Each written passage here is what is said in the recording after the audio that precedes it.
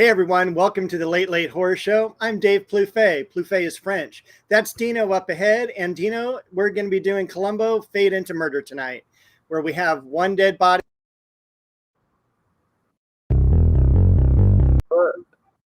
Second.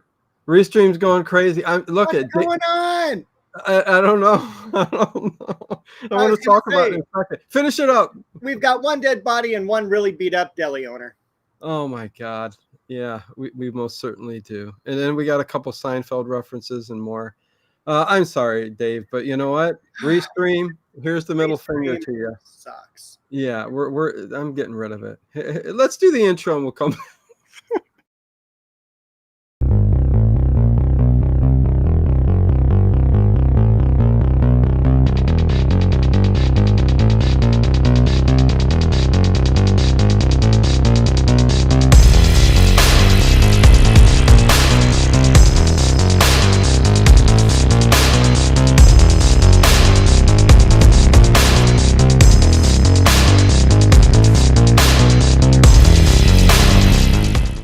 Just me, or is it getting crazier out there?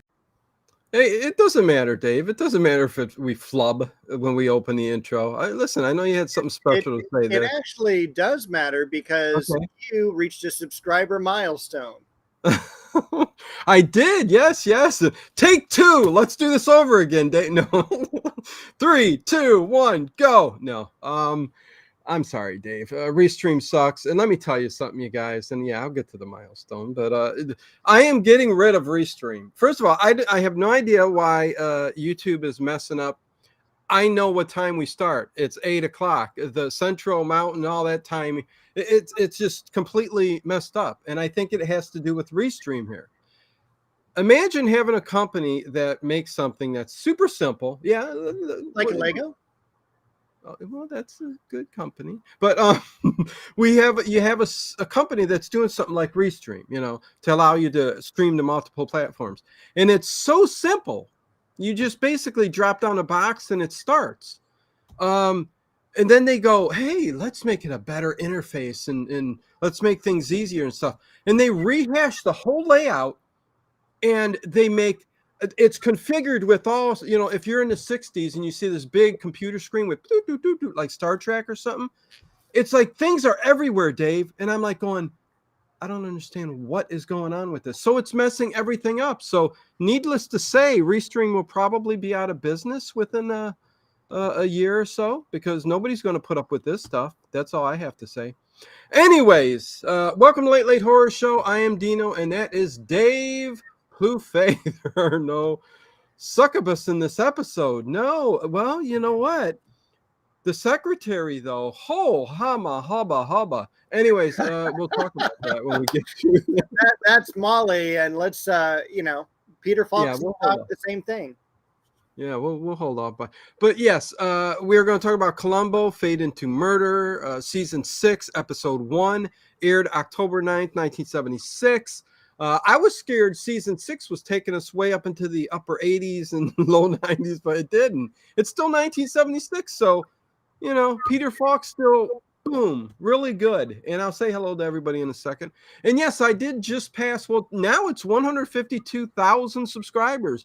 Thank you to everybody. I can't believe, I swear something's happened with the algorithm where I've just suddenly gained 10,000 subscribers in about 3 weeks and a month. I mean, it's really weird. But thank you to everybody. I mean, I appreciate it. And all the new people that are here. Anyways, thanks for bringing that up, Dave. And hello, Lulu Bell, Connie Clary, Mr. Ed. How you doing, buddy? WTF Horror and Sci-Fi, Andrea Black, Raj. What's up, my friend? What's up, Raj? Kathy is here. Do you know, Dave, that Kathy, she loves Columbo, by the way? I absolutely do know that she loves Columbo. Okay, yeah. So I just want to put that out. She watches the right episode, though. Should I start putting Kathy's profile up on our Columbo episodes? You might want to. I might do that. Thank you, Kathy. Anything for more listeners. Thank you, Kathy. I appreciate that. Undead Caesar, Freddie Miranda. Good evening to you, my friend. Good to see you. Is that everybody? Yeah. As I see it, anybody comes in, I will say hello to you, of course. But oh my God, I'm drinking some ginger ale here too tonight. Great episode. William Shatner. I can't wait to get into it. This dude, I mean, he is the epitome of overacting, and I love it. I love it. I love it. Hey, Lizzie Armstrong, good to see you. Lots of laugh. I watched the right one, Dave.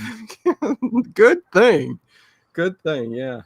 But yeah, William Shatner is awesome in this. I don't know what to say. I'll give it to you, Dave, and then we'll just continue to go back and forth because there's a lot to talk about. There is a lot to talk about. IMDb has it as a 7.4. I was wondering what you graded it. I love William Shatner. I love Peter Falk. I love Columbo. 7.4, I think, is just a bit high, maybe a 6.9. Interesting. Okay. Yeah. I thought William Shatner's character was really fun. I thought the interaction between him and Peter Falk was excellent. Everything else was average. Okay. But 6.9. I mean, it's a good Columbo. How about you? I did a 7.8. Okay. So I think that higher. This is one of my go-to episodes that I can kick on and just really enjoy having it on in the background. As you said, the secretary is easy on the eyes. Speaking of blue eyes, we got blue eyes in the blue eyes. Blue eyes smiling at me. Yeah, something like that. Anyways, okay, go ahead. Yeah. As I interrupt. That's okay. I'm actually going to go ahead and start at the very beginning. We're actually in a detective show. And I thought this was so cool. And yeah, listen, some highlights on the episode. We also get a quick Chekhov from Star Trek 2, Walter Koenig as Sergeant Johnson at the crime scene. There's a blooper, which I'll talk about later. Did you catch the blooper, Dave? Not really, but I kept thinking of nuclear vessels. Nuclear vessels, Captain. Don't think of what I mean. There's a blooper later in the episode where there's a white ring around on the back of his jacket. Yes. When he's running to the set of Jaws, can I say that was really cool? And that ring shouldn't have been there till 7 minutes later in the next scene. Right. So I'm like, blooper. I caught that right away. I'm like, woo. And then there's two Seinfeld references. One has to do with mohair, and the other one has to do with platform shoes. Mickey, remember Mickey, the small person with Kramer? No. And he didn't want the kids to take his job, so he needed to heighten, and the platform shoes helped him heighten. It's a thing in the business between little people that you use platform shoes. They don't like that. You don't cheat. Interesting. Anyway. I don't think I've seen that episode. Oh, Mick. You know who Mickey is, though, right? No. Kramer's buddy, the small guy. Oh no. My God. That's around the same time that Kenny Rogers Roasters. It was around that time. Interesting. So you might have missed a couple episodes. Anyways, okay, yeah, Mr. Ed, I think I said hello to you. Now, I will also mention that William Shatner is going to be back in the 90s episodes.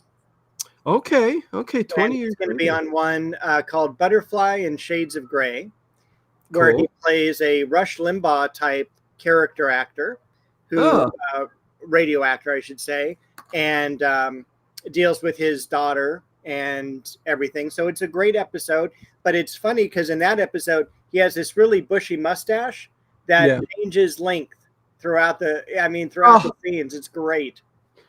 I love the bloopers like that. That's so cool.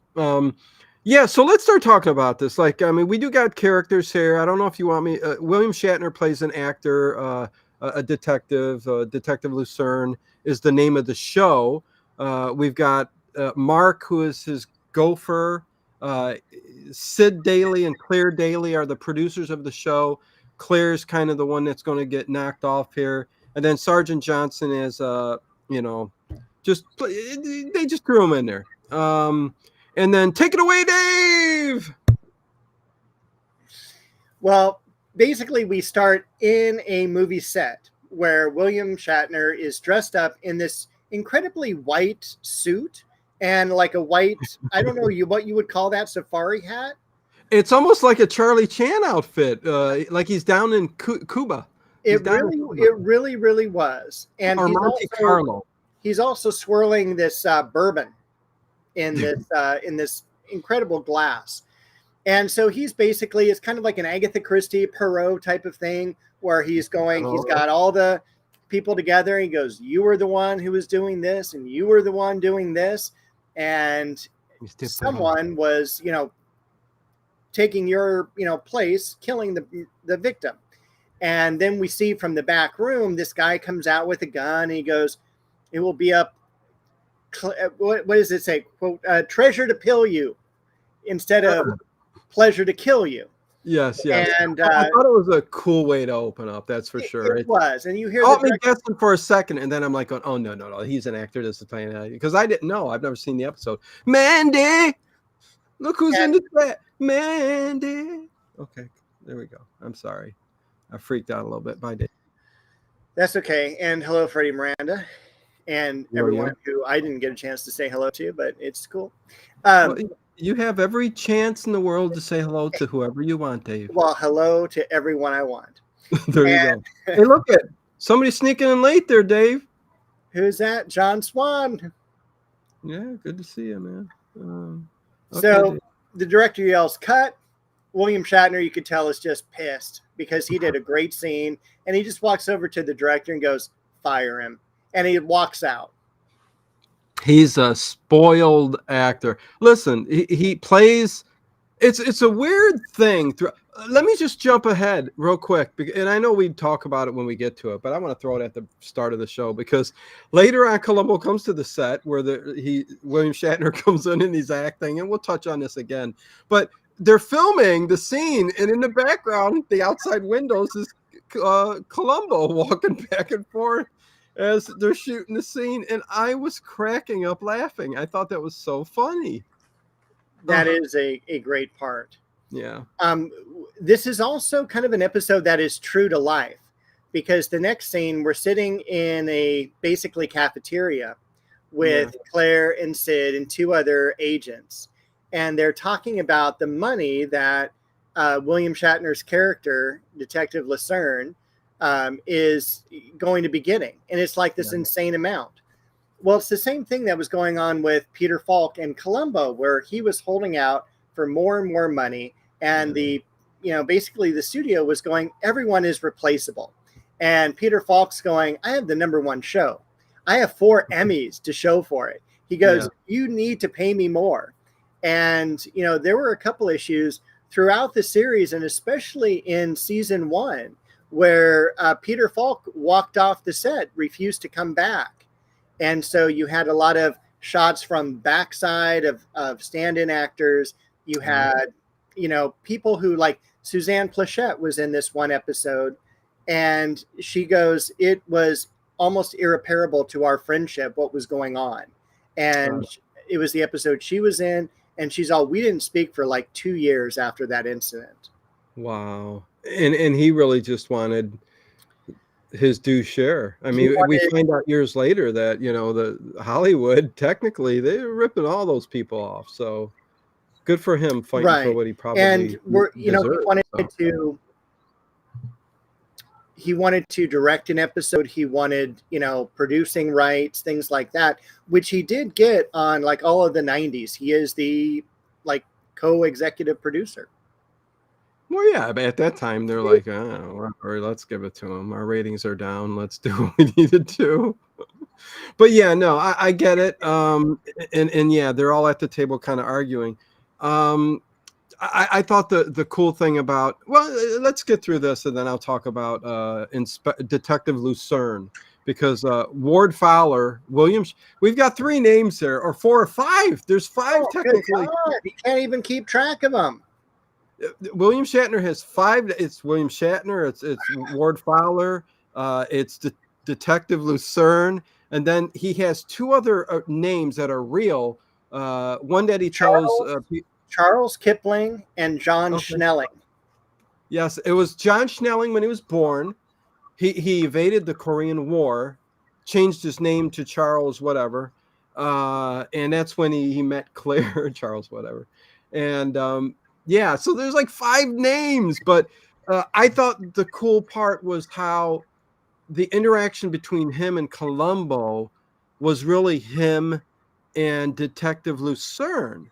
And Peter Falk would play the dumb detective, and Detective Lucerne would answer all the questions as he's smarter than Columbo, even though, you know, that's not the way it ended. He knew they were. But anyways, go on, Dave. I did love the multiple personalities and how one was beginning to blend with the other. And I love this one part of the episode where Peter Falk calls William Shatner Detective Lucerne, and Sid Daly goes, "Don't call him that. He's a fictional detective."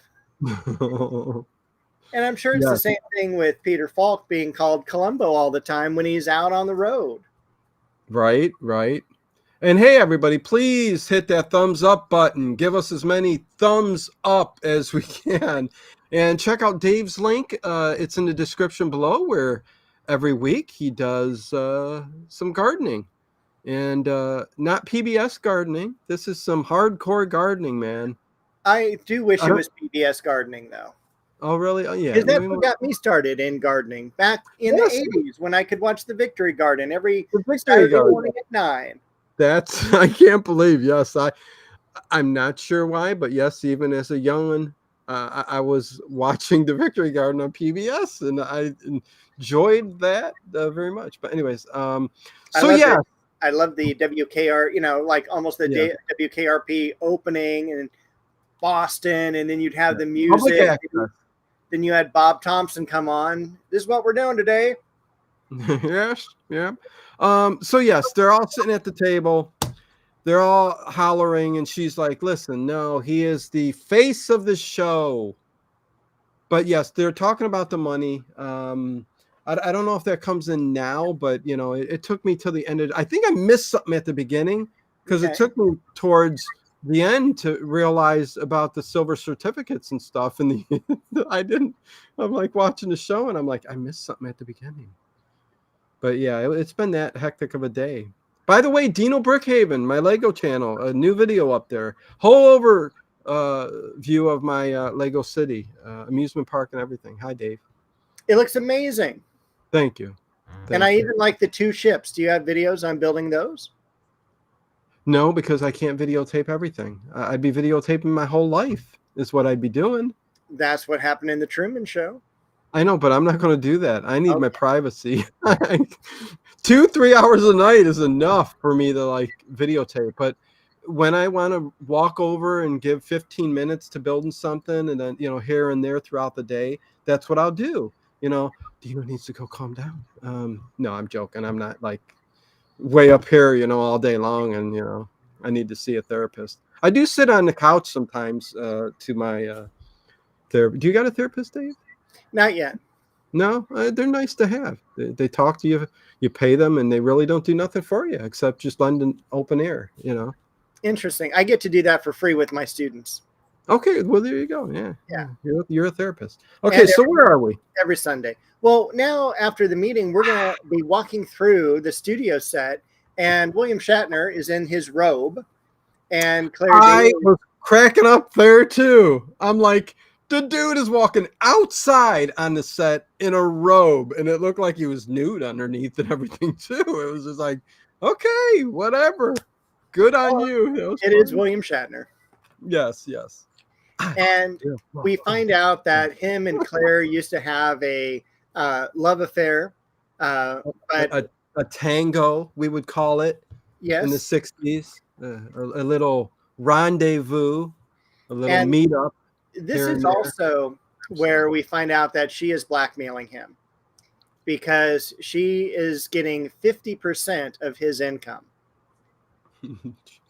Woo! And that's a lot. And she's getting, you know, like producing rights and ownership rights and all that. And I That's think why too. he's fighting so much for his pay to go up. Right. And I think throughout his career, she just, I mean, when he's up for a role or something like that, he goes, please, please, please. And I think she extorts him with like these IOUs we find out later. So he's in debt, I think, at the end of this episode for like 9 million in IOUs or something like that. I don't know if there was a number, but there was a lot of money. Oh, there was a number. I Especially heard million. Especially for the 1970s, and to have all that in a safe deposit box. Yes. Thank you, Mr. Ed. Just drink more ginger ale, Dino. That is what I am doing this evening. Slow down, chat. I can only read so much at one time. I'll put it in Discord later. 50% outrageous. A tryst. I like that term. I'll tell you what. Everybody, come up with as many descriptions of an affair as you can. Tryst, an affair, rendezvous, whatever. Just do it. Let's have some fun with this. I don't know. Should we? Go ahead. I don't know. But this is also where we have some foreshadowing, where he talks about a TV program where the person who was being blackmailed ended up being killed. And she goes, "Oh, Ward, you're not a killer." And, even though the killer was sympathetic, that's not you. But then we go into the trailer of Ward Fowler. And it is a trailer right from the 1970s. It is orange. I never knew there were so many shades. That's weird. Yeah, I mean, this was 1976, so I guess it makes sense. Oh, yeah. Yeah. And, I mean, it's plush. And Claire is on the phone because she got a phone call, and she's all, "I'll take it," in this trailer. And she finds out that her husband, Sid, who they're married, but they're not really married. And he's having an affair with the secretary that we'll see at the end of the film. Oh, we will. Yes, we will. Hey, GZ, a gold digger type. Okay, yeah, Hokey Pokey. Andrea says they were doing the Hokey Pokey for a while. Kismet, Tristan the Seven. Okay, I will. Yeah, thank you guys. Keep it coming. Trying to think of some other. But go ahead. The trailer was great. Would you like a trailer out like that outside your house if we had millions? Yes. A billion? 100%. Okay. Yeah, why not? What happens here, too, a lot of times with earthquakes and things, is that the people will actually move into their trailers, and especially prop trailers, studio trailers, because everything is already ready to go. Exactly. Will Robinson is here. Hey, what's going on? He's shacking up. Will looks a lot like, and now my brain is gone. What did you say? Will's image there. Chuck Norris. Thank you. Oh my God. It doesn't look like it is Chuck Norris. It is Chuck Norris, but Will Robinson is now looking like Chuck Norris, and I find that odd. That is a kind of magnets kind of pushing apart. Anyways, Sin City Jim. Chuck Norris doesn't do push-ups. He pushes the world down. Yeah, yes, he does. A dalliance. No way, you guys. It's a 70s fling. There you go. Sweet Indigo, what's going on? Good to see you. So listen. So then do we get right to where Mark comes in, his gopher, or do we got more stuff? Not quite yet, because there was this phrase that Claire said. Okay. When you can tell Ward is getting fed up. He doesn't want to pay her anymore, at least not that great percentage. Yeah. And he says to her, like, "I wouldn't put it past you." And she goes, "Where would you put it?" And just the way she said that, I thought it was just a great phrase, although I don't know what it was like really referring to. Huh. Interesting. Okay. Leatherface just fell. I don't know if that's some kind of omen or what's going on there, but yeah. It could be an omen too. A liaison from Mr. Perrault. Okay, so yeah. And then a quick cut to the prop room where he picks up the gun and all the things that he needs. And I love one thing I did write down is I love the music in this episode. Oh, okay. Yeah, no, the music. Donna, Donna. Just I love that. I don't know if the music even touched me. I don't remember it. Cat Small, what's going on?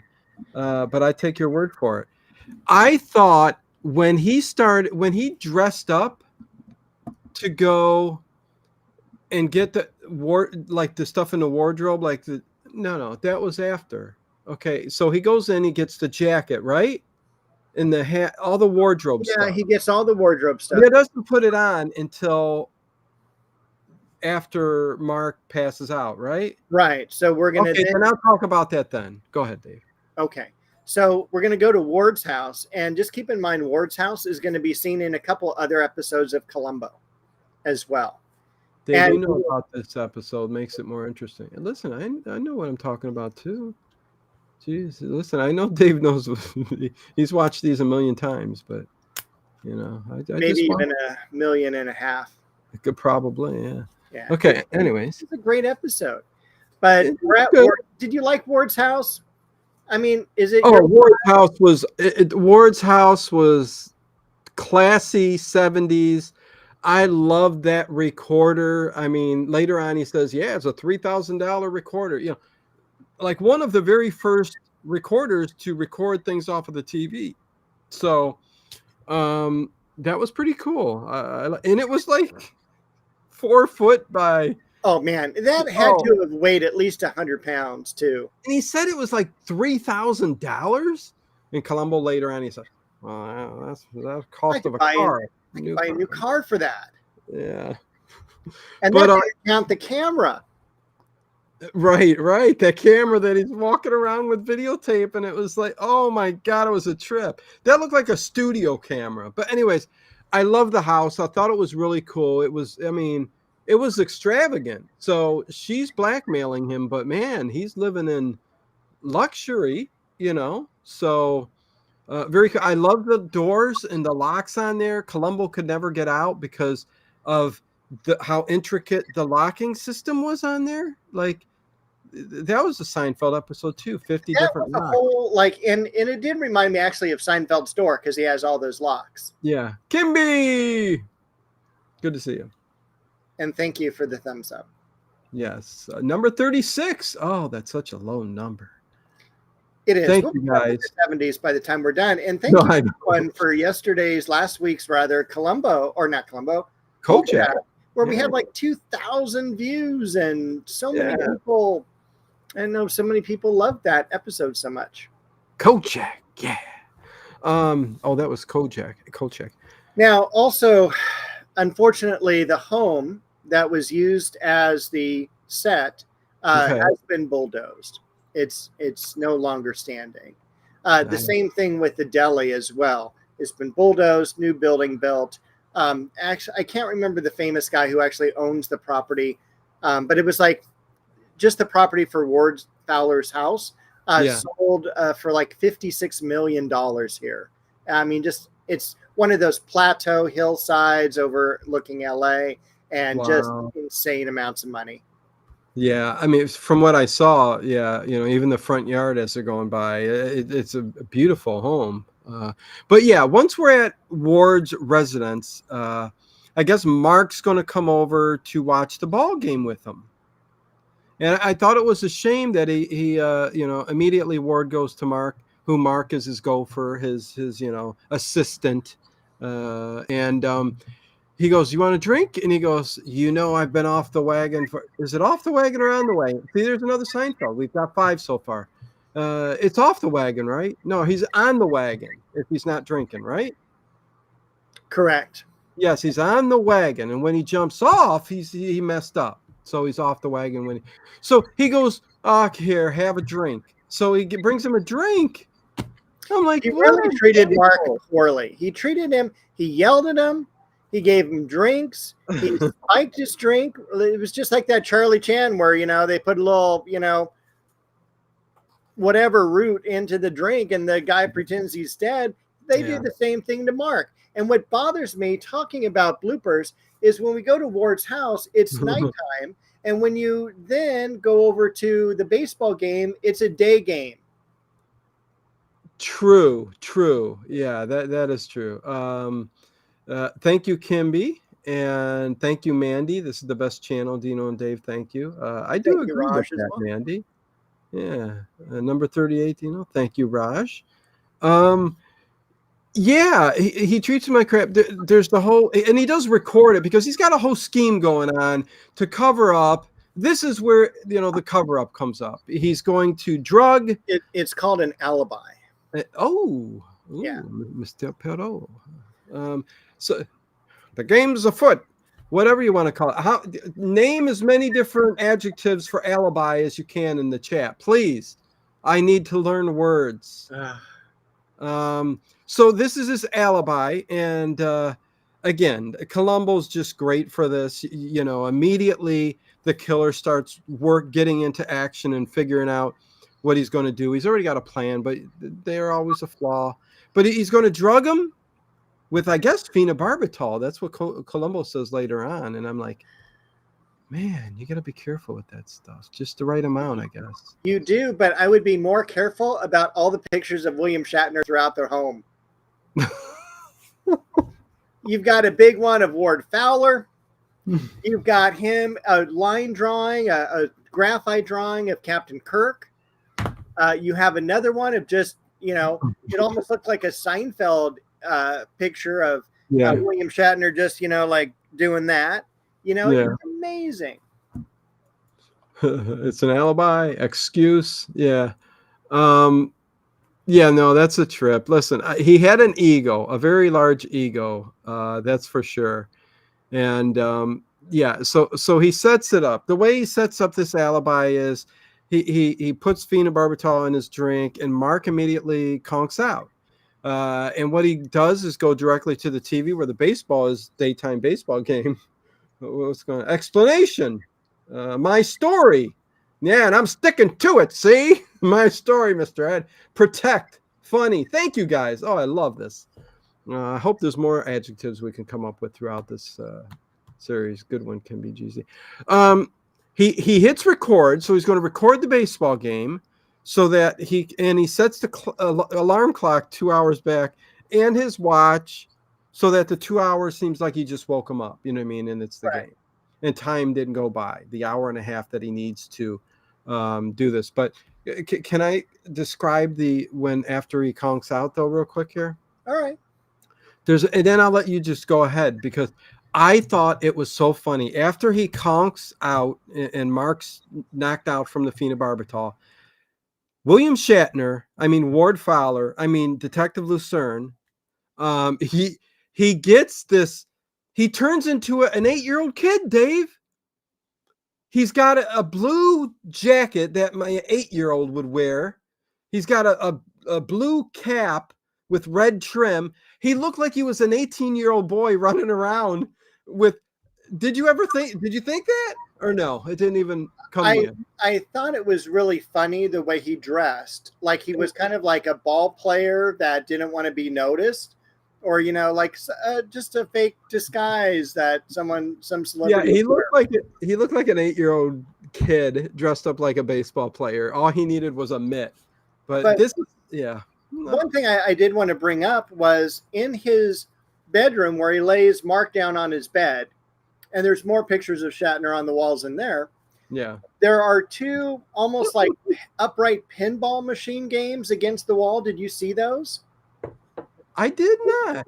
Oh, you need to go back and check those out. It's kind of like the Plinko machine in Price is Right. Okay, gotcha. It just kind of went ding, ding, ding, ding. It looked so fun. The first 15 minutes I was listening and watching as I was setting things up. It was very chaotic today. So that's why I'm a little pissed about that first 15 minutes. You're bringing up a lot of things that, I didn't see that. But I heard and I knew I got the basic gist. And I knew that was going to happen. That's why I said, I know Dave will film. If you would please put in some adjectives for gist in the chat. That would be great. Yes, just please. Other words. Anyways, go on, Dave. Well, can we go to Tony's Deli?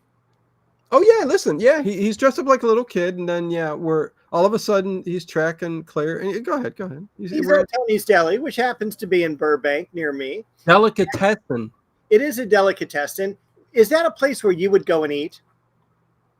Back in the 70s, yeah. Okay. Those were the places to go. I mean, I miss those, Dave. I mean, listen, I was young enough to remember like little places like that, like mom and pop delis and, things that were so like you go in there and they'd say your name, my grandpa's name, and everybody knew each other. And, I did grow up on kind of anyways, I'm not saying it. An Amish? No, oh God. There were connections. Let me just say that Cleveland had a very big, a lot of mob ties. But anyways, continue, Dave.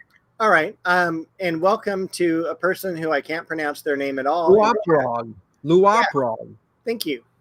Good to see you. I love the profile. This is the Late Horror Show. It's very like disturbing. Like you just got an eye there, and Luaprog. Okay, yes, very cool. Welcome to the channel. Go on, Dave. All right, so we're at Tony's Delicatessen, and I actually have a delicatessen like that near me that is still family-owned and everything like that. So it is really great to visit them. Great spaghetti, by the way. Oh, and so we see this huge, bulking deli owner named Tony. Tony's Delicatessen. And he's like, "Oh, my lady," and he's like doing all this Shakespearean acting. Oh, my lady. And she's all like, "Quit auditioning for me." And, it's definitely a joke in between them, but he's like, "Here's your sandwiches. Here's everything." And in comes probably the worst dressed murderer that you've ever seen in your life. He's got a ski mask on, but the nose is a cutout. Yeah. Yeah, no, it's his costume to come in and do this robbery at Tony's Delicatessen is just unbelievable. Dino, remember the beautiful lady who used to talk about shows with you? I think you're there's a couple of them. I miss Ginger doing the Giallo shows, and Elise used to do shows, and I miss Elise, but she does theater and all kinds of other stuff. So she's busy, and so that's all. But thank you. Anyways, what was I going to say? Somebody had something to say. Tony Horror Writer, hello. I was going to say hello to you, but go ahead. Yeah, the outfit's ridiculous, but yeah. The outfit was ridiculous. And then he like tries to pull a fake robbery. Like, give me all the money in the till. And Tony's all like, "Hey, I just went to the bank, made a deposit." And he basically takes the money and he hits Tony over the head with a gun. And Tony goes out. Yeah. Then he goes to Claire. He goes, "Give me your money." And she pulls out like Monopoly money out of her wallet. I mean, it's like purple. It's like got the big 500 written on it. And it's like the worst fake money I've ever seen. Yeah, no, that wasn't. I don't know what was up with that. There were some flubs in this episode, but yeah. And then he tells her, that he's going to kill her, and she's all, "Ward, is that you?" And was he trying? I don't think he was trying to cover up once he started to talk. Oh, no. Once Tony was out of the way, he was just talking to her. Yeah, because he knew he was going to kill her, because there's no way that William Shatner is going to change. It's his voice, and she's like, "Wait a second, really quick. I know who you are. Come on, Ward, what's going on here?" But yeah, he's gonna kill her. He's gonna shoot her right in the back, Dave. And a perfect shot too. Well, yeah, interesting. Columbo breaks it down. You know what? I love what Columbo does when he picks up on some clues. He'll go like the hole in her jacket. He's like, he'll go. He does this weird like finger back and forth, and he's thinking, and you're like going, okay, is the director telling you to like just do that? I mean, it looks weird, but Peter Falk pulls it off. He does pull it off really well. I used to have an old boss that would do that in a way too, where he would ask you to, like something money wise would come up. I was working retail, and he would start writing in the air, like he could actually see like the multiplication, everything. I thought that was so cool. Oh my God. Yeah, I knew a couple people who did that too. And I'm like going, wait. And then I try it and I go, wait a second. What? That doesn't work. Yeah. When you do the 100, and you get to the next one, the hundreds disappeared already. Yep. Anyways, yeah. It was funny, Columbo, she put her arms up, and when he shot her, her arms fall down, and then the hole is up a little bit, and the hole in the dress this doesn't even really mean anything, really. It doesn't. It just means that he purposely shot her even though her hands was up. Yeah, we're up. So yeah, because they were going back and forth on how good a shot this person is, and we do find out that Ward is a good shot. But anyways, yeah, continue. Do you think we would get more viewers if we had a Steve Martin live stream? A Steve Martin live stream? Yeah, because that seems to be what Mandy and Kimby are obsessed with at the moment. Well, a couple people are talking about Steve Martin and the Jerk, I think. I saw that earlier reference to it. Yeah, no, I think, because two people say it, I don't think we'd have everybody coming from all points of the world to see our Steve Martin stream. But, well, we would get 2 guaranteed thumbs up. Yeah, we'd get that. The thing is, we don't do the things that necessarily would bring people in. We do the stuff we want to talk about and we love. Yes. Kolchak is a big one. The paranormal stuff sometimes hits good, but Charlie Chan, he does not hit very well. Not really. But I love talking and watching Charlie Chan, so we are going to do them. Yeah, we still get close to 900 hits, though. One that I think would be really big that I think would pull in a lot of people is the Twilight Zones and the Outer Limits. I was going to start. I mean, I started to do them myself, and then I keep putting them off because I'm doing once a week, and I'm like going, well, I don't think Dave's really into those. Well, there's actually a thing in the chat, and they're arguing whether they're going to see the next Outer Limits first or the next You and Ted discussion next. So I don't know. Yeah, I don't know. It's maybe next year. I don't know. Thank you, Mandy. I appreciate that. You know what would be cool, but I don't think you like that either. Doctor Who? You a Doctor Who fan?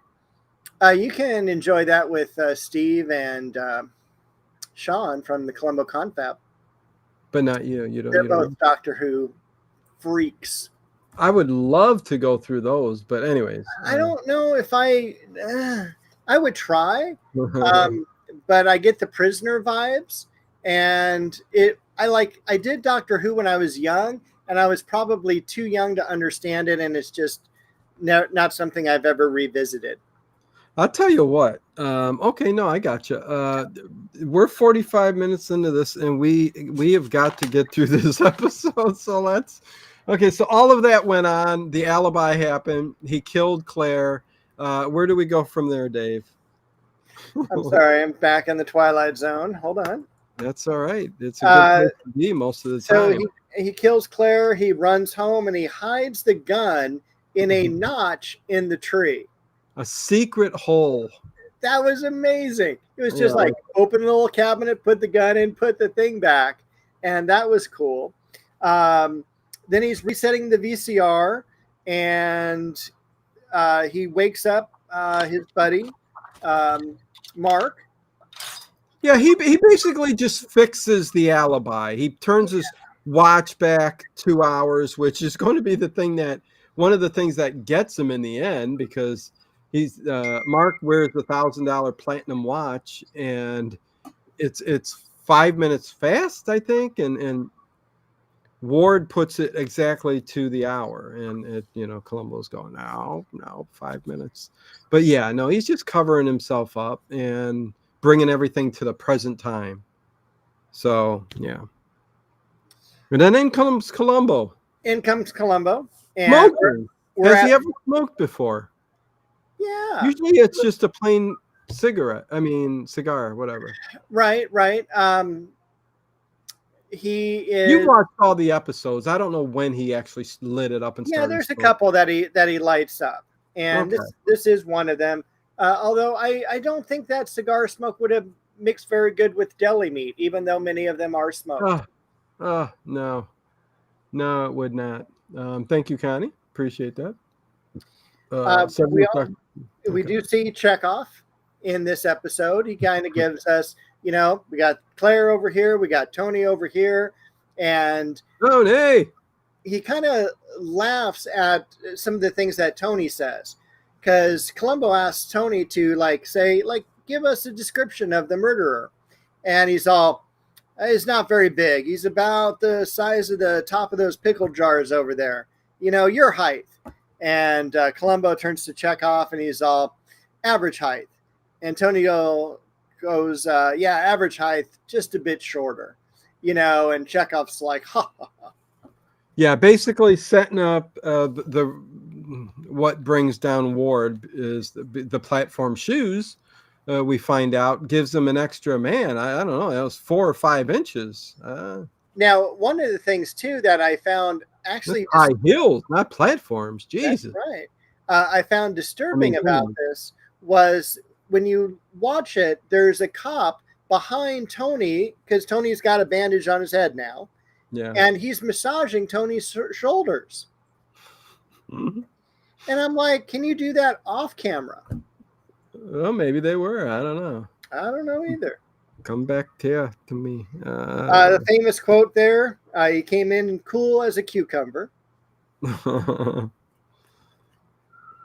Yeah, Columbo, delicatessen, Columbo in the back set. Okay, yeah. And then I guess we go straight over to the set. Hello, Cat Small. Super sticker, dog with a big smile on his face, tilting his head, $2. Thank you very much, Cat Small. It's so rare to see those super chats, but thank you. Means a lot. The pinned right above you could join the channel too. Movie nights. Connie's been hosting Wednesdays and Fridays. Wednesdays are comedies nights, and Fridays are horror movie nights. And I appreciate Connie doing that for the channel.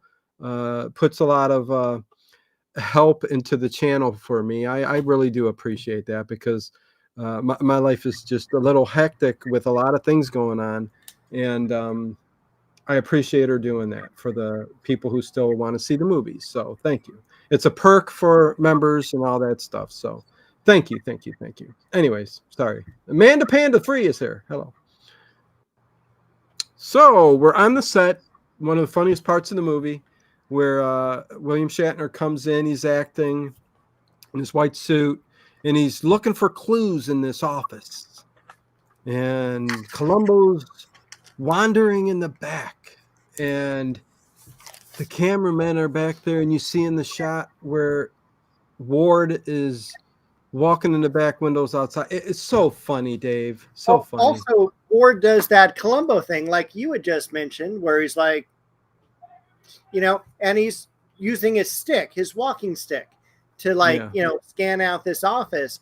And what's great about it too is you've got Columbo walking one way and then also walking the other way. So not only do we get Columbo once, we get Columbo twice in the scene. And we also have... And they're not saying cut immediately either. They're letting him go. They don't even say cut. They just let him go and keep walking like they're filming. What's he doing back there? What's it? I think they tell the camera person to zoom in so that he gets cut out of the scene. Oh, okay. Gotcha.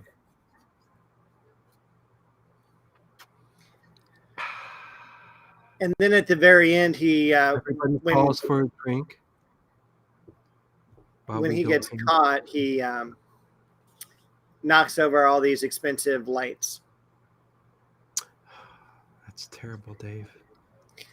But were you familiar with the guy who was laying on the ground, telling him to get down? Oh, the ground guy? Yeah. No, I wasn't familiar with him. Go ahead. That is a person you will see on a lot of episodes of Columbo. Sweet Indigo, thank you. Woo, another $5 sticker. Dog saying, hey, you. Greeting joyfully. Thank you, Sweet Indigo. Much love to you. Appreciate it. His name is Go on, Dave. John Finnegan.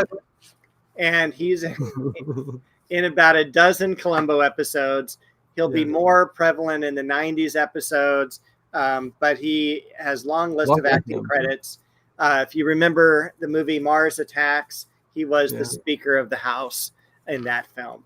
Nice. Okay, that's very interesting. I'm glad I know that now. I'm going to go back and watch it with a little bit more respect. I hope so. Yeah, I think so. So what happens when they cut scene and William Shatner starts overacting? This is what we all love about who William Shatner in real life, the actor, is when he acts. He's just over the top. And he starts giving information and all kinds of other stuff. Like immediately he's the target by Columbo. You know what I mean? Oh, yeah. Like Columbo immediately would go, I've been through this a million times. You're just go ahead. I know you did it. You know what I mean?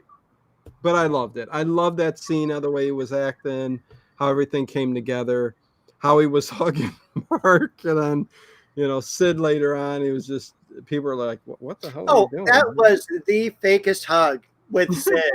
It was just like, here, buddy. It was. It was just so to pull that string off of his sweater. Orange, what's going on? Cross, or Orange. You call him whatever you want. Amanda Panda, I love Columbo. He was constantly underestimated. Guy was a genius. Well, yeah, I mean, all he needed to do. It's funny in most crimes like this and stuff like that. In real life, too, you sit back and you observe and you let people dig themselves a grave. And that's usually what happens. But anyways, go on, Dave. Well, too, in all that overacting where it's like, he goes, to Columbo, he'll say something and he'll go, I don't understand what you're saying. I'm swimming in and out of myself and, all these things. And then he goes, ha, ha, ha, I was just acting. And he was like, you thought I was buying time and this and that. And Columbo's all, boy, you're right. You're just like this great actor. Yeah, I was going to say it to Raj, too. A lot of people, they're here for the live overnights, but I've got just about every show up on the channel you could think of. If it's horror, mystery, detective, it's 5 years every single night. So yeah, the fact that you searched it and it came up, of course. I wish a lot more people knew that you can go to my channel page and look at the channel page, and where it says videos, live, shorts, all that stuff, at the very far right, there's a search bar. You see a search bar, just like you would search on anything. You put what you're looking for in there and you type it in there and it'll pop up on the channel page, because everything is there. And there's some shows, like he said, Nightfall. I'll go back to it and you can see analytics and stuff. And 2 people in the past week have watched it. So they just don't do the search. It is easy to find though. But anyways, go ahead. Where are we at, Dave? Well, we're still at the studio, and we do meet Sid daily, and he's like, I wasn't home last night. My wife and I were kind of split up. I was over at my buddy's house. We're playing chess, and Columbo's like, well, can I talk to your buddy? And he's all, funniest thing, he took the plane for Rome at noon today, which I guess was a common thing back in the 70s. And so it's kind of like, that's the end of that. He was covering up though, because he's having an affair with this secretary, and they mentioned that a little earlier. But yeah, it is what it is. But yeah. So then Columbo leaves with Mark. They go out to the studio and go walking around, and you can kind of see all the backstage things going on. There's a woman with a kangaroo on a leash, and then Columbo asks Mark about his watch, and he's all, what a beautiful watch. And Yeah. he's all, I paid 1,000 smackers for that watch. And again, smackers, a great adjectives, great adjective for money. And he's all, but it's already give us more, people. It's money, already, smackers, gold, whatever. I don't know. What's the new term for that? I don't know. and he goes, it's already lost like 5 minutes of time. Yeah. And so again, another, check mark for a clue for Columbo. Woo! Kimby became a member, level 1 support. Thank you very much. Very nice. Appreciate it. Thank you. Much love to you.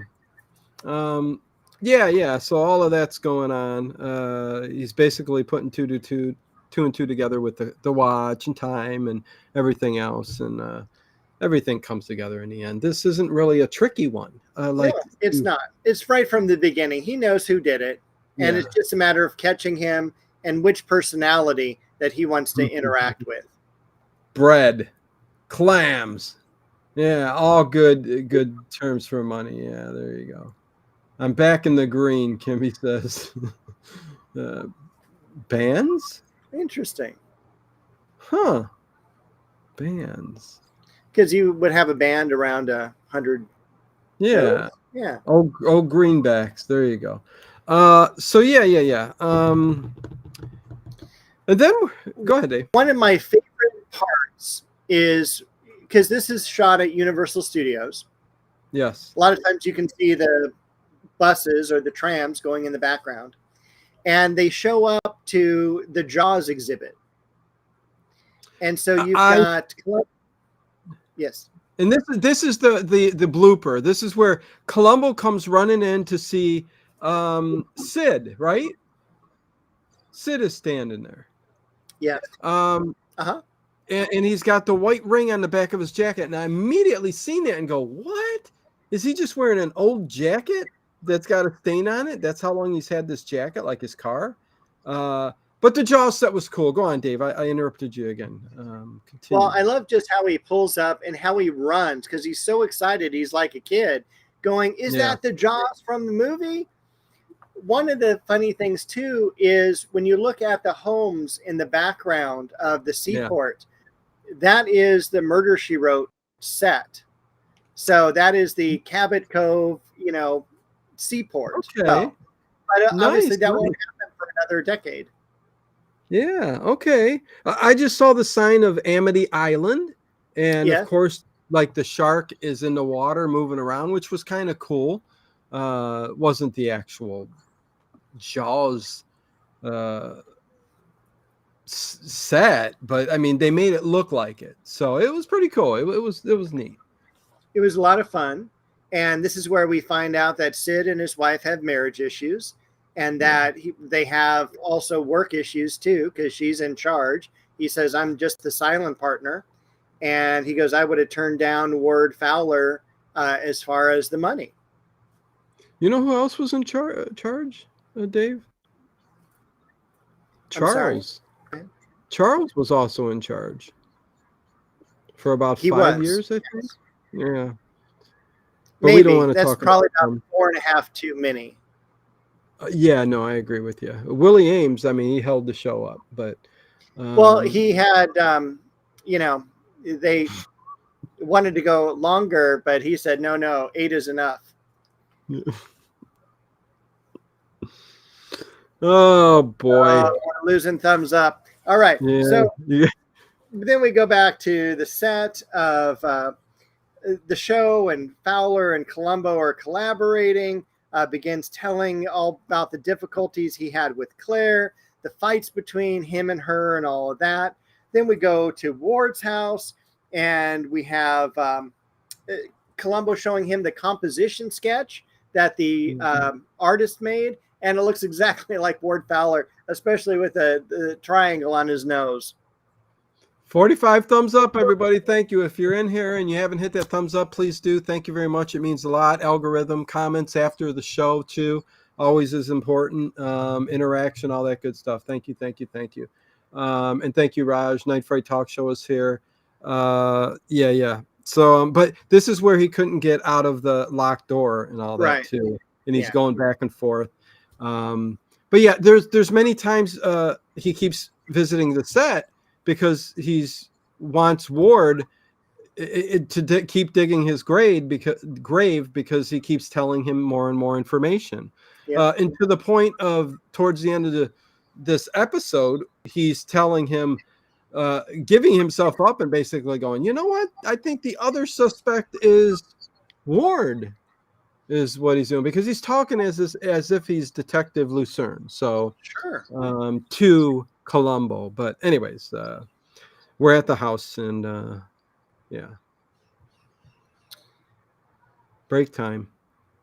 It is a break time. And actually I wrote down commercial break because the scene went black for a few minutes, or a few seconds. And then we come back and we're on location and we've got the RV parked in front of this really cool home. And it says Ward Fowler outside, and Columbo goes inside and looks. Fowler's not there, but guess what? His shoes are. His hat is. His cane is. And so Columbo decides, I'm going to play dress up. And he gets all dressed up like Ward Fowler. He's a little, I don't know, at times you say he's a little off his rocker. I don't know what he's doing. But I don't know. He's become a fanboy. Him and his wife watch Detective Lucerne all the time. It's a big TV show. Yeah. And what's great is Fowler comes in and he's like, Columbo's looking at himself in the mirror and doing stuff with the Charlie Chan guy. Columbo does that a lot in these episodes that I've noticed, where he really is impressed with a lot of the people that he's like are the killers. And, there a lot of them are like writers, actors, stuff like that. So, he kind of like fanboys. Can I have your autograph and stuff like that? Kimby, member for 6 months at level 1 support. Thank you. Message. I adore the chat and Dino's work. MT my fave. What's MT my fave? MT my fave. Kimby. What's that mean? I'm not sure. Okay, maybe it's just a typo, but no, thank you, Kimby. I appreciate that. Dave. I adore everyone. MT, but whatever. Yeah, no, it's all good. I got people getting put in a rowdy box. Look at this. Yeah. Control your guys' selves in the chat. I like that they're putting themselves in rowdy boxes. Anyways, that is funny. We're actually going to have a rowdy box in Wild Wild West coming up next week. Really? Yeah. A rowdy box? A rowdy box. Okay. I can't wait for that. He also starts to talk about the perpetrator having makeup. Am I too soon on that? No. That's where we are. And Columbo's all like, then and like all of a sudden it could be a woman. Yeah. Right. And he also, we don't want to overlook the fact that he finds out he has elevated shoes. So that's why Ward Fowler is taller in person. Does he mention that here? Yes, he does. Okay. Because Shatner's all like, I want to keep that under wraps, and Columbo's like, not a problem. I'll keep it in the vault. Okay. Seinfeld reference number 6, keeping it in the vault. It's in the vault. It's in the vault. I won't say a word, just between me and you. So yeah, but he kind of blows it because they talk about, well, he blew it many times really, but they talked about the makeup on the mask on the inside. And I guess the detectives were researching and found out that it was makeup from like the acting makeup. Yeah, it was Pancake. Yeah, Pancake. And he says it's different shades. So, it kind of eliminates the woman. And Detective Lucerne said this because he was always given a good explanation as a detective, Well, because women aren't prone to do different shades over and, it's usually the same shade that they'll use all the time. Cover girl says so. Something I found about women today. Well, yeah, but I did want to point out that it was pretty much like Ward Fowler was going to create a Thanksgiving dinner for Columbo. because every time he turned around, he was giving him food. And it's funny, if you watch, Ward takes a glass that already has water in it and starts to pour more water into it. I thought that was weird. And then I think he realized, oh crap, this already has it. Sets it down, goes over to the refrigerator and gets out celery and carrot, and they start chopping and eating, and he's offering some to Columbo. It was just a great part of the episode. Well, there was another blooper when they were in that area, and he went and got coffee in a styrofoam cup, and Columbo goes and puts it on the ladder there that was sitting there, and 2 minutes later, when he starts to walk away, he's got it in his hand, but that styrofoam cup of coffee is still steaming on that ladder as he walks away with another one. So listen, just little bloopers. I don't know. I caught him. I don't know. But he was sitting in his makeup chair right after that, back and forth. And he says to the makeup guy, he says, blend it. I want the makeup blended, because of the sunlight. So that kind of gives him, if Columbo's back there, he goes, well, there's another clue I can add up that, write that down. So, no. And Columbo goes to see Mark. That was good because I didn't catch that. At this point, too, Ward Fowler says we have 4 suspects. It's Sid, it's so-and-so, it's Ward Fowler and all that. I love the way that Columbo gets into where he blocks the view of the mirror while the guy is doing his makeup. And he's all, how does this look? And Ward Fowler's like, I can't see. Because Columbo's like blocking the mirror. Yeah. And then oh, go ahead. Pardon me. I was just going to say, this was the part where they start looking back at Ward's background. How did you meet Claire? Where were you from? Oh, I was doing theater in Toronto, type of thing. And he's all like, hey, this, your bio's incomplete here, dude. Yeah, because Columbo picked up a bio sheet, and he was. I was surprised he didn't ask for an autograph, but yeah, he's like, my wife. He did. He got an autograph for his wife. Oh, did he? Okay. Yeah. I missed that. Yeah, good for him. I hope he framed it, because it's going to be worth something. He's a great actor. He turned criminal, but once he's in jail, he can't sign autographs. Well, I guess he could. Nowadays, he can make a living signing autographs, but yeah. What you going to eat tonight, Dave? I haven't decided yet. It's exciting to think about what you're going to eat, ain't it? It is. It's more exciting to think about like the coffee I'm going to get. Oh, okay. What blend? Like, do you feel like a strong blend tonight, or something kind of even keeled or bitter? It depends how many thumbs up we have. Okay. Okay. Sometimes I need a stronger blend than others. But I'll always add some caramel, because caramel makes everything better. And yes, it does. Maybe take a quick drive through the hills on the way home. And really, check out Betty Davis's house. Yes, there's some nice houses that I wouldn't mind moving in. Yeah, Dave lives the life, man. I'm telling you. Raj says, Professor Pluff, I just wanted to give you a shout out and wish you well. Well, thank you very much. Yeah, thank you, Raj. Listen, Raj is a really nice guy. 100%. Yeah, that forehead and those sunglasses. I see it, Raj. And Orange Clark, that is not an LOL. That is seriously my job. And Dave, why'd you say Pluff? Listen, that is the proper pronunciation of it, but I will never go back, because I said Plouffe for many years. I can't do it. It depends what side of the pond you're on. Yes. So if you're in France, if you're in Europe, if you're even on the East Coast, it's Plouffe. Okay. Yeah. Right. It's confusing me now. Pluff. Yeah. But I think we're at your last name spelled pronounced Pluff. You know what? I'm going to change my name now. Yeah, maybe change it to Pluff. Now, then you will be a Pluff. Okay, so listen, Columbo's going to go to Sid's office, where he's making a deal and he finds out some information where he comes in. Let's talk about Sid's office. Yes. Sid's office is amazing. It is, two levels, Dave. It's 2 levels. The only thing you're missing is Legos. It's spacious, not even a computer on the desk. It's a phone, it's a Rolodex, it's some papers. And when you go up the steps, there's a bar, a fully stocked bar. And then I love it when Columbo walks in and again does the same type of thing. Sid's on the phone and Columbo's all like,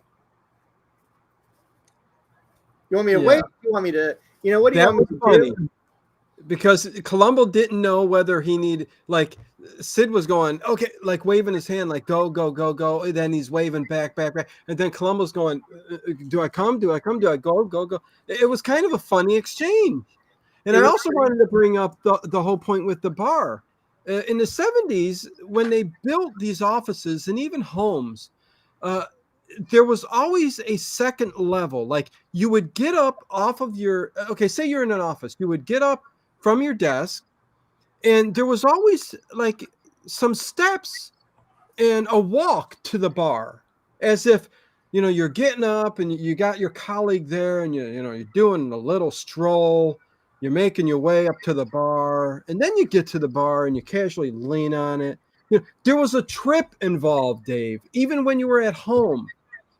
Like you didn't get up off the couch and there's the bar right there. You kind of strolled over to it. It was always a trip in the 70s. Just a very inconsequential observation on my part, which we will move past. I think it would be very dangerous too. The more you drank, those steps would be like a health hazard. Yeah, it seems like he broke his neck coming down from that third drink. Oh boy, the things I come up with. Anyways, we're losing them. Well, let's get back to the show. All right. Columbo says to Sid, "Congratulations, because we opened up your wife's safe deposit and we've got it sprinkled with IOUs and silver certificates, and you're a very, very rich man now." And he's all, "Thank you. I knew nothing about them." And he's all like, "Yeah, I know. I talked to your accountant this morning." So we know Columbo's going on the, flip side, making sure that, he's got all the loose ends tied up when he tells Ward he's the killer. And then he confronts him going like, "Look, dude, your friend's going to be back in his hotel room in Rome in a few minutes. Were you really playing chess with him?" And he's all, "No, I wasn't. Molly, come here." And so Molly steps in and she is a drop dead knockout. And I'm like, I would rather be out with her than playing chess myself. Yeah. And she was very beautiful. And this is going to be Peter Falk's next wife. They are not married at this time, but from what I understand, this is where they met and they started dating. In real life? In real life, yeah. Oh, wow. I don't even got the words. Okay. Well, Peter Falk, good for you, my friend. He did really well. Yeah. So we're going to get to the conclusion here then now, because we find out, again, Sid has silver certificates. He's got tons of money, IOUs. I think Ward is coming to the end here. And Columbo kind of goes back to his house and kind of starts to confront him. There was a funny scene with both of them at the house where he was William Shatner was filming Columbo, goofing off on the video camera, and he kind of picked up on the recorder and all that stuff too. So a lot of people say that was also unscripted, where they start laughing, and it gave a very genuine, because I can see those two. Because they're so kind of maybe ego driven that they just really bonded. Oh yeah, it was it seemed unscripted, and they were just having some fun. I mean, come on, it's Captain Kirk, man. I mean, 100%. Peter Falk was probably like, "Yeah, I'm having some fun here." Who the heck knows what craziness went on the set? because it was a cool set. I mean, it was basically Detective Lucerne's kind of stage and all that at the studio. And Columbo just worked around all of that. But anyways, so he gets Ward there asking Ward questions, and then that's where Detective Lucerne, William Shatner, says, yeah, the more I think about it, I think it's Warren. But then Columbo kind of confronts him with all the evidence that he got, right, Dave? And go through the list. Well, that's pretty much it. He's all like, I actually did some research, and your name is not Ward Fowler. It's Charles Kipling, and Charles Kipling is actually John Schnelling, who was this guy in the army, was a sharpshooter, and he deserted during the Korean War, and that's why he went to Canada, and that's why you're such a good shot. And I love also, there's some interaction I wrote down where Lucerne offers Peter Falk a brandy. He goes, brandy? And then again, he is asks him like a minute later if he wants coffee, and he takes coffee as well. Well, Amanda Panda says Falk. Yes, that's how you spell his last name, Falk. If you say it quickly, it sounds bad, but always. Did you mention that he ego driven? He always seemed. Yeah, I had mentioned that as well. Definitely. I mean, this is a person who stopped production on Columbo for more money. This is a person who threatened not to do another one. This is a person who was like, I want to be a producer. I want to be a director. And he had, he was, I don't think anything in a bad way, because he was so beloved as this character. And I mean, he went Columbo crazy in the 1970s. Yes, and I don't even think we can go back in time and figure. I don't think and figure what was actually going on. But yeah, I mean, it's he was beloved as Columbo, and everybody, studios were taking advantage and stuff like that. So ego driven, probably just again interviews and all this other stuff. He seemed like a very humble man and a very intelligent guy and very funny. But when you got this character that is going to last you a lifetime, you want some perks to it. So you got to stick to your guns, and get some credit where credit's due. But anyway, and I would definitely suggest reading his autobiography. Yeah, it's just called One More Thing, and I kicked myself for not going to meet him because when he did publish this, he published it in 2004. He did a book signing in Hollywood, and I'm just like, I just don't want to drive out there because of the traffic and stuff. And that was one of the last public appearances he did. Unfortunately, he had Alzheimer's. So, 49 thumbs up. If you guys haven't hit that thumbs up button, please do for the episode. I would appreciate that. Freddie Miranda's got to watch this episode again after this talk. Yes, it was a good episode. It's a great episode. And at this time also, when Peter Falk's basically confronting Ward Fowler that he is the murderer, the door knocks, and it's a police officer, and it's Sid and Molly is wearing this sheer cut dress that could stop a truck. And Sid comes in, and basically they're all like, here's the murder weapon, here's the thread attached to the murder weapon, and it matches Sid's sweater. And then Columbo takes us back to the very beginning of the show and says, hey, you had your button attached and pulled that thread when you hugged him in that fake hug. Yeah, so that can't. Yeah, he kind of connected it to the gun when he put the gun back in the gun room on the set.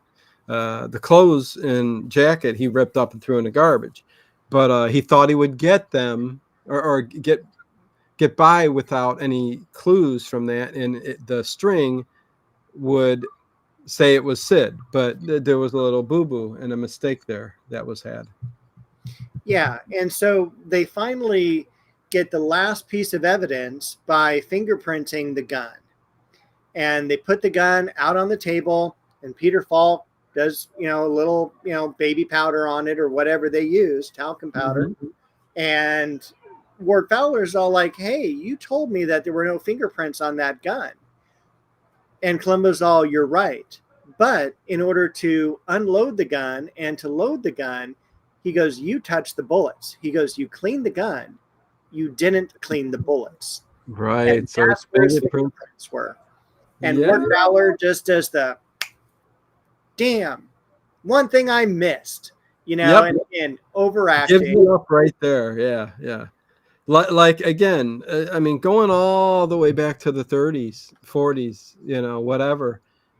The criminal, once the detective gives that final clue, and you think that there's no way they can get out of this because I've got you. They go, dang it. Okay, yes, you're right. You got me. I had to overlook one thing, is what he said. And it's like, oh, come on, man. You got to stick to your gun and say, no, I don't think so. That's not mine. Okay, let the judge be, our jury. But anyways, yeah, that's it. That's the episode. Well, not only that, then he really starts going in on like, yeah, I killed Claire. And up till now, I'm glad I killed her. She was a blackmailer. I'm a sympathetic murderer. Don't forget that. And he goes, by the way, stop calling me sir. Oh, my God. So funny. No, listen, the episode was really, really good. William Shatner just made it. I mean, it's funny how an actor can just make the show. I mean, Peter Falk is Peter Falk, and I'm going to love him as Columbo up until the 90s. But or what was the one? The one I saw was like 2000, wasn't it? Something like that. Oh, it was one of the last ones. Yeah. So I'll see what the 90s. I'll do one maybe. I don't know. Can I handle it, Dave? I don't know. If you think I can't, we're not going to touch it. There's actually a good one called "Murder Can Be Hazardous to Yourself." Murder Can Be Hazardous to Your Health, starring George Hamilton. You might like that one. Okay. Well, maybe when we get up there, we'll touch on that one down the road a bit. So, but I would stay away from Murder in Malibu, though. Oh, geez. Okay. That's a horrible one. Again, I don't think I'm even touching the later ones, 90s and on at all, unless you recommend. We'll get through the 70s stuff first. Okay, so thank you, Lulu Bell. A great show tonight. Thank you. Make sure you hit that thumbs up. Check out the description, all that good stuff. Comment afterwards, please, if you want. If you enjoyed the interaction or whatever we have here, I don't know. What do we got next week, Dave? We have Wild Wild West, Night of a Thousand Eyes. Night of a Thousand Eyes. Wasn't that a song? I think so. Why Anyways. Not? And then the week after, 2 weeks from tonight, is Art Bell, Roswell, Crash. And 3 weeks from tonight is Kolchak, Legacy of Terror, that I cannot wait to watch. Yeah, I can't wait I always can't wait for Sunday, no matter what it is. So, but some highlights coming up. The Art Bell for sure, and Kolchak, yeah. Wild Wild West will be fun next week too. Yes. I like that we spread it out, and by the time we get to the next one, we're anticipating it. Yeah, what's it going to bring this time? So imagine seeing Columbo pulling up to the house in that beat up car, wrinkled suit, and a ring around the back of his jacket. That still cracked me up. I don't know. Anyways, okay. Well, thank you guys. Overnight tonight, good old detective stream. Hopefully you guys can sleep well to that and have a good chat amongst yourselves. I won't mention anything other than that. Yeah. But check out Dino Brookhaven too, my other YouTube channel. Dino Brookhaven. Great episode today. Thank you. Yeah. So I do live streams to old time radio shows, and I interact with the chat. Listen, Harry's always there. Connie's always there. Lots of people over here. Chris W. Boom, boom, boom, boom, boom, boom. Lulu Bell was over there. Yeah, you guys are all. I'm not going to list them all. Williams over there, but have fun doing that, and also update at least once a month. And I'm going to start doing a little bit more updates and concentrate on certain sections of the Lego City, like the roller coaster. I want to get a little bit closer because it is motorized too, so it can all run. Once I get everything up, the little motors will run all the amusement park rides, and it'll be really nice, Dave. Yeah, it'll be really nice. And I'll have a couple of the figures chasing each other and go, "Get back here!" No, You know that Art Bell episode where there was this guy who was stealing Transformers, and all of a sudden they knew who it was because he caused a blackout? Madman Markham. Madman Markham, thank you. I'm worried the same thing's going to happen with your Lego City, where you just have so much power zipping into there that you're going to cause a blackout in Cleveland. Or I'm going to, something weird is going to happen where a wire falls down and hits me, and I shrink, and nobody knows where I am, but I'm running about in my little city.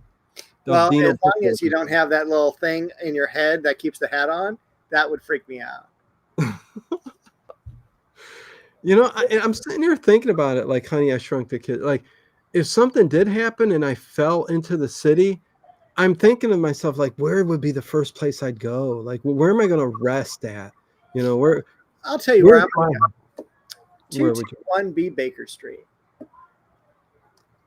You know, I think that is the place where I would go, and not just because it's Sherlock Holmes, because it's the best set up apartment out of all of the sets.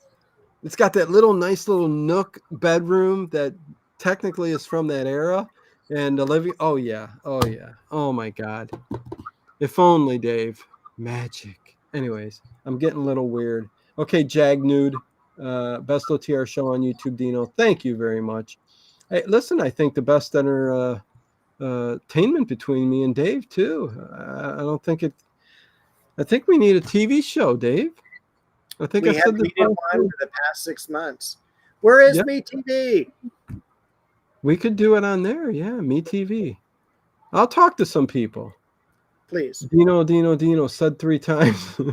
Who let the dogs out? The bakery. The bakery's nice. I mean, I would go there to. Yeah, I mean, just. Anyways, yeah, let's go. Okay, you guys, everybody. Thank you very much. And until next week, I will see most of you guys over on Dino Brickhaven. Thank you very much. Good night, America. Good.